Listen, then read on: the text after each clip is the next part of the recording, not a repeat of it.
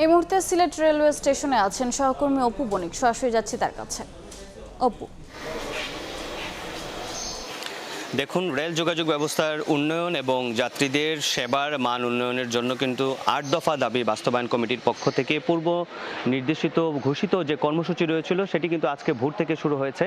আপনারা জানেন যে এই মুহূর্তে আমরা রয়েছি সিলেটের রেলওয়ে স্টেশনে এবং এখানে কিন্তু আজকে সকালের যে কালনি যে ট্রেনটি ছিল সেটি কিন্তু ৬টায় ১৫ মিনিটে ঢাকার উদ্দেশ্যে ছেড়ে গেছে। পরবর্তীতে 10:30 যে ট্রেনটি ছিল সেটি কিন্তু 12টায় ঢাকার উদ্দেশ্যে চট্টগ্রামের উদ্দেশ্যে ছেড়ে যায় এবং এই মুহূর্তে সিলেটের যদি সার্বিক পরিস্থিতি বলি, এখনো অবধি পর্যন্ত আমাদের চোখে কোনো ধরনের কোনো অপ্রীতিকর ঘটনা ঘটেনি। এই মুহূর্তে সিলেটের সার্বিক পরিস্থিতি নিয়ে আমার সাথে যুক্ত হবেন সিলেট রেলওয়ে স্টেশনের স্টেশন ম্যানেজার যিনি রয়েছেন মোহাম্মদ নুরুল ইসলাম, তার সাথে আমরা কথা বলবো।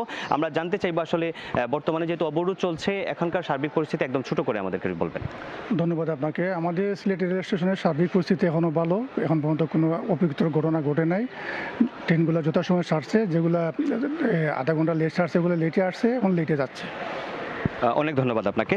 তো আমরা শুনছিলাম এখানকার যিনি স্টেশন ম্যানেজার রয়েছিলেন নুরুল ইসলাম, তিনি আমাদেরকে জানিয়েছেন যে কোনো ধরনের অপ্রীতিকর ঘটনা এই পর্যন্ত ঘটেনি এবং আপনাদেরকে আরেকটি তথ্য জানিয়ে রাখতে চাই, যেহেতু দুটি ট্রেন সকাল থেকে ছেড়ে গিয়েছে, সকালের দিকে কালনি এবং দুপুরের দিকে পাহাড়ি কাজের ট্রেনটি ছিল সেটি কিন্তু ছেড়ে গিয়েছে। এর পরবর্তী যে ট্রেনটি রয়েছে জয়ন্তিকা রয়েছে সেটিও কিন্তু ছেড়ে যাবে এবং রাত 11টার দিকে কিন্তু ঢাকার উদ্দেশ্যে কিন্তু আরেকটি ট্রেন কিন্তু ছেড়ে যাবে। তো সিলেট রেলওয়ে স্টেশন থেকে এই ছিল অবরোধের আমার কাছে সর্বশেষ খবরাখবর।